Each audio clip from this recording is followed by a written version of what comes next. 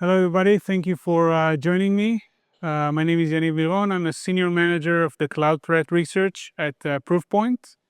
The presentation is going to be voice flows. Yeah. Presentation is going to be very technical, so I hope you ate good and you have strong coffee for the presentation. Nothing with marketing or sales. It's just threat research and hacking. So my claim is that it's simple to hack cloud accounts, but it's hard to maintain access after you've hacked those cloud accounts. So Google, Microsoft, email accounts, it's quite easy to hack them. It's complex to maintain that access. So a little bit about myself. I have about 20 years of experience with cybersecurity, both offensive and defensive. I have multiple certifications. I'm not going to name all of them. And I have some 0 days and exploits and vulnerabilities that I found in different products, Microsoft, Oracle, and others. So our agenda, we're going to start with phishing and reverse proxy. We're going to move to persistence.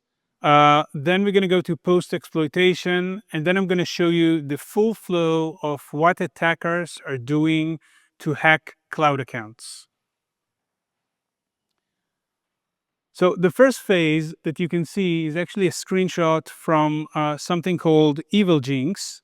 Evil Jinx is a reverse proxy, which means that attackers are using that to duplicate websites so they would look exactly like the official website, for example, the Microsoft website, and then they steal your credential through that.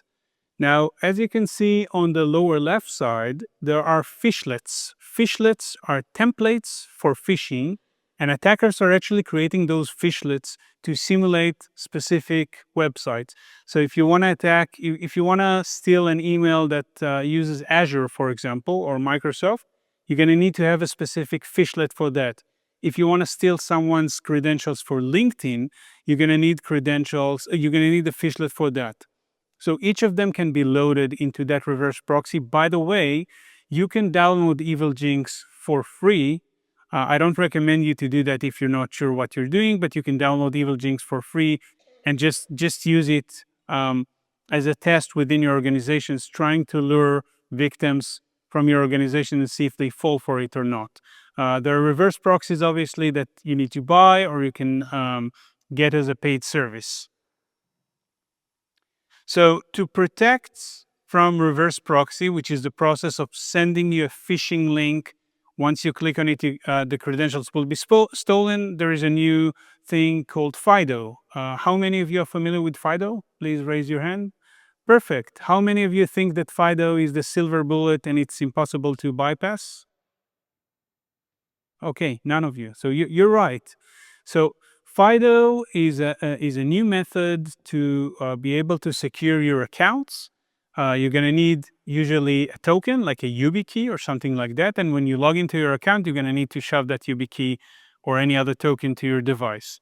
So one of the things that we thought in Proofpoint is how could we bypass FIDO? And we figured out that it's really hard to bypass FIDO, but we still wanted to. So we did something else. We downgraded FIDO. So if you have a user that uses FIDO, which is very secure, we're going to force that user to use another method of login, which is less secure. And then we can steal their credentials. So what you can see here is the error that an attacker will get when trying to phish a user that uses FIDO. So they're unable to, they're going to get an error. So what we did at Proofpoint, we've built a fishlet. Obviously, we're not publishing that fishlet, but we've built a fishlet that could force a user that's using FIDO to be downgraded to something else. So what you see here is the FIDO downgrade process, obviously from the user's perspective. On the left side, when you're being challenged by FIDO, it's going to tell you, we couldn't sign you in. So the user can't sign in. Now they're going to need to pick another method. That other method that they're going to pick will be less secured than FIDO. In this case, the user picked to be authenticated by the Microsoft Authenticator. So on your phone, you're going to open the Microsoft Authenticator app and you're going to need to click that number. With that, hackers could actually steal your credentials. So we've lowered FIDO to something that is less secured, which is the Microsoft Authenticator, for example. And in here, and that's the attacker's view, and all of that was done on real users. So it's not theoretically or on a lab or something like that. That's real case scenarios. You can see, and I'm sorry that I masked everything with red. Those are real credentials of real users, so I had to mask it. You can see on the lower left side, in here, the fishlet that we're using. You can see in blue the beginning of the user, PATT, that's the beginning of the username. Then you can see the password. Obviously, we've left only the last digit, and the tokens were captured. So we were able to capture the session cookie of that specific user. Now, what I'm going to do as an attacker, I'm going to take that session cookie over here, also masked in red. Again, real data, we had to mask it. And I'm going to shove it as an attacker to my browser. So I stole the session cookie, I stole the username, I stole the password. Now I'm going to shove it to a browser, and I'm actually logged in as the user.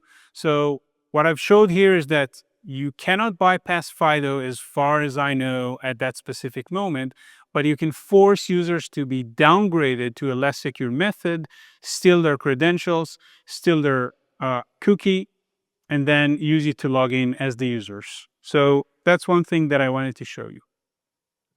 Obviously, there is a full blog that kind of explains the steps that I took to investigate that and some examples. So that's the blog. That's on the Proofpoint official blog. You can search for FIDO or just use that link. So we've shown the first step of actually getting credentials from a user, even if it's a very secure user with FIDO. Now we want to keep ourselves within that account without being removed from it. So I built a tool called ATOLS, Account Takeover Live Simulation. And that tool basically is the first step post-exploitation. So we've hacked an account. Now we want to kind of have a foothold there. What that tool will do, that tool will add a malicious mail rule or mail rules to that victim account. So we could do two things. First of all, delete emails from that account automatically. So if the IT or the SOC team or whoever is monitoring the security in the company will send the victim an email that says, you've been hacked, please change your password, that email we're going to delete automatically. And on the other end, we're going to copy every interesting email from that account to our personal account. So that's the tool, and that's a tool that we wrote at Proofpoint. It's called ATOLS, and I'm actually running it here. So we can see, and please follow the the blue lines. I know it's hard. I know it's probably a little bit far, but follow the blue ones. So in here, we're actually logging in as the user, as the victim, because we stole their credentials. The next phase is we're actually making sure that we have an access token. And then after the login, we're actually checking if there's any current email rules within their account. Just to remind you, an email rule is something that you can have to automate things within your inbox. Like if you got any email from your manager, that's going to put it in the manager folder. If you got an email from your employees, that's going to put it in the employee folder. So you can automate a lot of things with mail rules. With this specific account, there is no mail rules at the moment. And what I'm going to do, I'm going to add a new mail rule as an attacker for that account. Now, any of you could tell me what the mail rule name is? There is an error pointing there. Anyone? Or it's too far to see. So the fourth arrow shows the name that I've used for the mail rule. So when you're creating a new mail rule, you need to give it a name. The name that I've picked is a dot, just a dot. Anyone knows why I've used that dot as a mail rule? A room full of security experts, no one knows? Well, I used it because I was lazy as the attackers are. So what we've seen at Proofpoint is that the attackers are not giving real names to the mail rules that they're adding. They're just putting a dot or 2 dots or 3 dots, or they call the rule pizza or something like that. Now, if I had to do it, I would probably give like a proper name to the rule just to mask myself. But attackers are so lazy that they're just picking a dot as the rule name. So I could guarantee that most of you, maybe all of you, haven't checked their mail rules on their mail account in the last month or so. And that's what attackers are actually counting on. They're counting on that people are not checking their mail rules, and that's why they're allowing themselves being lazy and just adding a dot as the rule name without thinking about a proper rule name.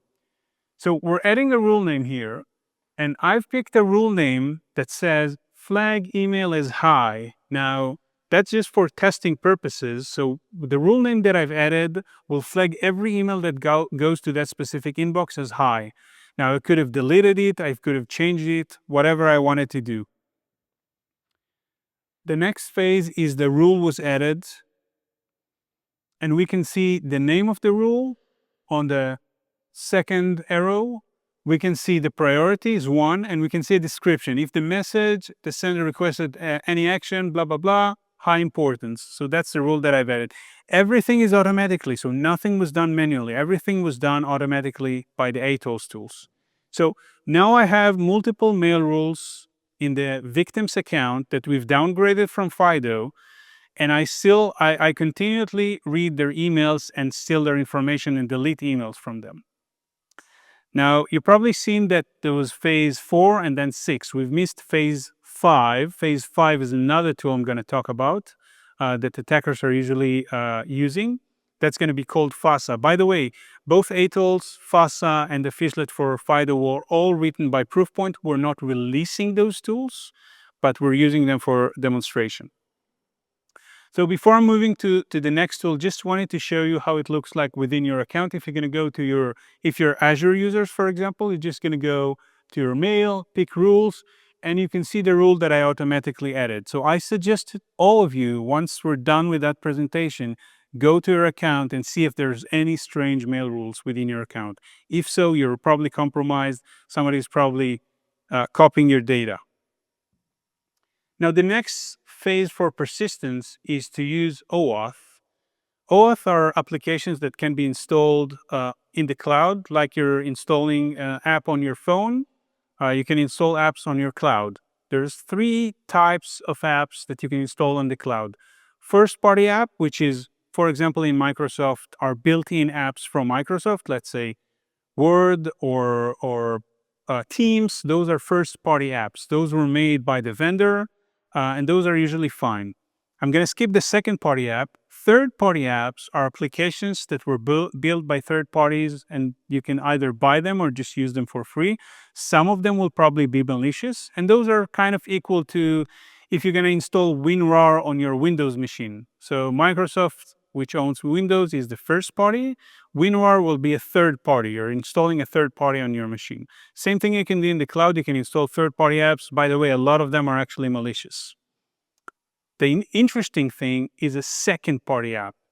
Now, what attackers are doing with second-party app is that they're using it for their own benefits, and I'll show you how.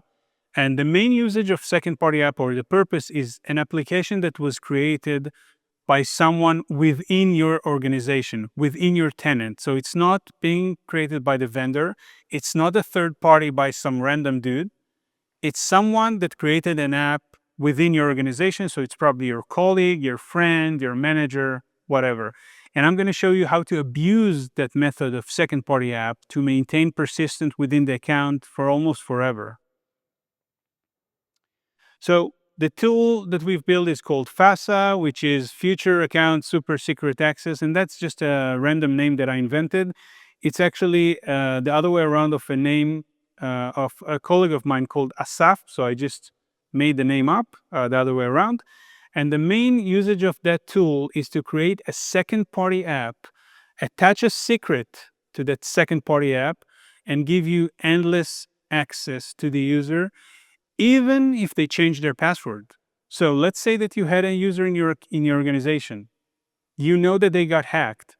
you let them know, look, you've got hacked, please change your password. They're changing your password, but the hackers are still in there reading their emails. And that's what I'm going to show you. So first phase is loading the tool.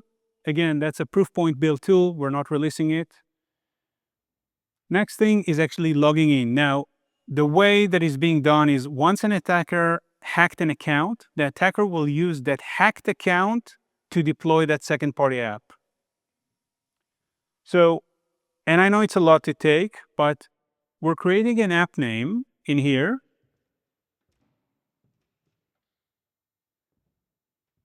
So the app that I've picked to create is just some app. I just picked a random name, but that's the name of the application that I'm going to create on that tenant. Next phase would be to actually get details about the app that was created. And obviously that's the spec that I'm using. If you're going to test it or create anything, you can use a different spec. The next phase is very important. I'm going to add scopes to that application. What is a scope? Scope is like permission. Like when you're installing something on your phone, it might ask, I need access to your camera. Are you allowing me? Yes or no. That's a scope or permission. So in Azure, it's called scopes. And the main thing that I'm adding here, actually in the scopes, is the ability to read emails. So I'm creating an application with the permission to read emails. Okay. That's an interesting one. So on the top right over there, I'm creating a secret or a certificate, and I'm connecting that certificate with the second-party app that I created with the scope of reading emails. Now, why do I need that secret? That secret is something that I created, and it's valid for 2 years. Now, with Microsoft Azure, you can either log in with a username and password, you can use like a FIDO key, or you can use a secret. So what I did is I attached my own secret to the second-party app. Now I'm not going to go through the entire flow, but I'm generating tokens that will help me. And then what I'm doing here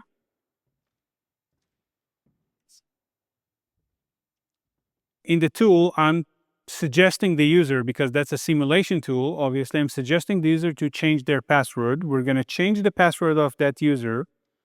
So we're going to go, let's say that that's a user that was attacked and someone, the CISO or the SOC team told them to change the password. They're going to go and change the password. And I'm actually showing that I'm changing to a new password. That's the process. And now what happened is it says press any key. Now, that's after the password was changed. Now, we can see here that I'm still getting tokens. Tokens are the way to communicate with Azure or with users. So even though the password was changed, I'm still getting the tokens, the different types of tokens for that user. What I'm showing here is that even though the password was changed, I can read their emails. And I know that it's not nice, it's not a nice GUI, but that's how the emails of that user looks like. You can see along the lines over here. So I can continue and read that user's emails even though the password was changed. And again, I'm using a secret that I'm able to combine with the second-party app that was created by a user that was compromised by downgrading FIDO. So it's a chain of events that brought me here. Just reading some more emails. And again, we can beautify it and make it in a nice GUI, but those are the emails of the user.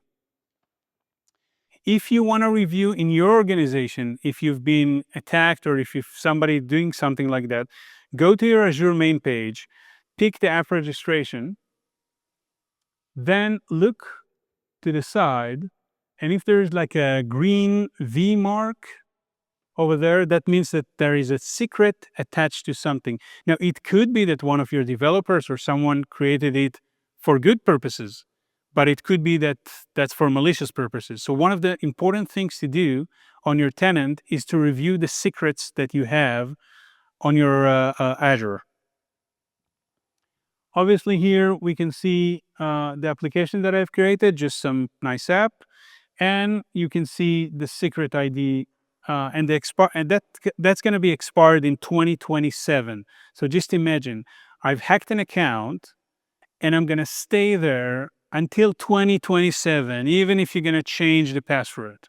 So that's amazing. And I could have picked any length for the certificate. It could be 5 years. It could be 15 years. What attackers are doing, they're usually picking 2 years because that's kind of the default. And it doesn't look strange. If you're going to have like a certificate for 15 years, maybe someone is going to catch it. But 2 years, that's kind of fine. So that's what I did here in that specific case. Now, after that flow of, again, downgrading FIDO, adding mail rules, and then keeping a foothold, I want to show you the full flow of what attackers are doing with account takeover in the cloud. So that's a full flow example. I'm just going to take you one by one on the phases. So attackers will start with enumeration. Enumeration is the way to collect information about your users before they're actually executing their attack. The way that most attackers are doing that is via LinkedIn, for example. How many of you have LinkedIn? Please raise your hand. Okay, a lot of you. So what attackers will do, they're going to scan LinkedIn, they're going to find your full name and the company that you work at, and then they will start to try and build the structure of emails within your company to enumerate them. For example, in Proofpoint, my email is the first letter of my first name and then all the letters of my last name. That's the structure at proofpoint.com. So when someone would like to enumerate, let's say my colleagues over there, David, they're going to use D as the first letter and then his last name at proofpoint.com. And that's how you can create a list of enumerated users. The attackers will put all of those on a list, and then they're going to do one of three main things. They're either going to do a password spray, which means they're going to try to use the same password on all the users, or they're going to do brute force, which means to try and guess the users, or they're going to use evil jinx, like I showed you, to generate a malicious link, send it to the victim, and let them click on it. So that's going to be the session hijack part, the second part. Next, they're going to try and fiddle with your email. So as I said, they're going to add multiple email rules to your account, some to delete stuff and some to forward them copy of what you're reading. So they will have a copy and they could use it for their own purposes. The next phase would be to create a second-party app, just like I showed you with the FASA tool, and third-party apps. So third-party apps, there's a lot of them. There's a lot of malicious third-party apps. Second-party app is the most advanced way because you're attaching it with a secret. And the last thing that attackers will do is to fiddle with your MFA, the MFA, multi-factor authentication, which means that they're going to try and add their own email or their own phone. Obviously, it's going to be like a burnout phone. So even if you were able to lock them out, they can do like restore password, and then they're going to pick one of the MFA options. Some of them will be yours, like your phone or your private email, but some of them will be their own details. So one of the things for a user that was attacked is to check the MFA settings, that attackers haven't played with the MFA settings. The end of that entire process will cost your organization whatever. It's up to you to calculate as CISOs what's going to be the cost of compromised users in your organization. But that's going to cost a lot because a lot of data being exfiltrated from organizations once the users are being hacked. So some takeaways. I will start with the first one. Adversaries have clear methodologies to execute what they want to do. It's not a random kid in a basement. Those are pretty skilled people. I have to say that I haven't seen automatic tools like we created at Proofpoint, like A-Tools and FASA, but I can guarantee you that that's going to happen soon. So we're kind of a little bit ahead of the curve with the tools that we created, but that's going to happen. Second thing, as you've seen, it's not that complicated to hack an account and also to maintain foothold. It's probably going to take less than a few minutes per account. So even if your organization have like 10,000 people, it's going to be relatively easy to hack and maintain most of them. And I have to say that attackers are using AI to manage their victims. So they hack a lot of accounts and then they use AI to prioritize and manage the actual compromised accounts. And I would say we talked about automation, and I would say the most important thing that you should take from that talk is beware of the post exploitation, because a lot of times we're trying to kind of defend the organization, but we're not looking about those that are able to bypass the defense of the organization, and that's the post compromise phase. And I would say that's a really painful thing to a lot of CISOs that I spoke with. Thank you.